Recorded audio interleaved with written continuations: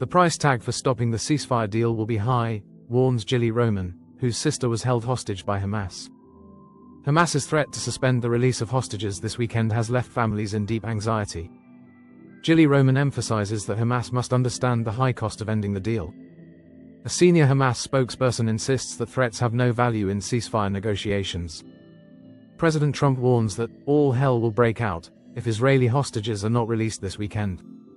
16 Israeli hostages have been released so far, but 17 remain, with 8 confirmed dead. Jordan's former deputy PM, Jawad al-Anani, criticizes Trump's plan to relocate Palestinian refugees. Al-Anani asserts that Jordan will not be manipulated and stresses the importance of aid.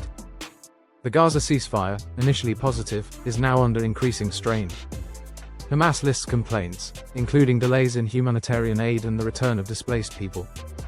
Israel's reluctance to allow temporary housing for displaced Palestinians fuels fears of expulsion. The release of emaciated hostages raises concerns about the condition of those still held.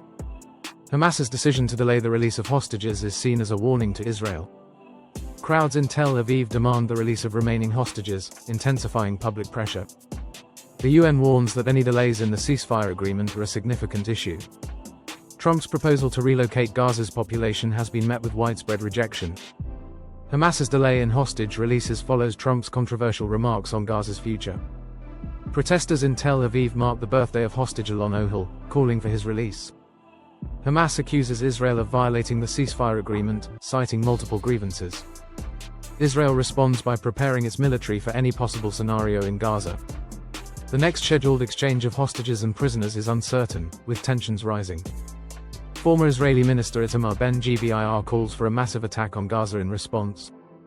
The hostages and missing families form emerges mediating countries to restore the ceasefire deal. The shocking conditions of recently released hostages highlight the urgency of the situation.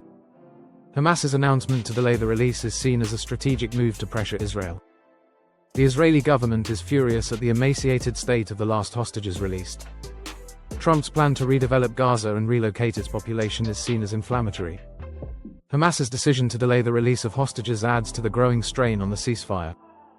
The future of the Gaza ceasefire remains uncertain, with both sides accusing each other of violations. The international community watches closely as the situation in Gaza remains tense. Families of hostages continue to protest, demanding the safe return of their loved ones. The world holds its breath as the fragile ceasefire teeters on the brink of collapse.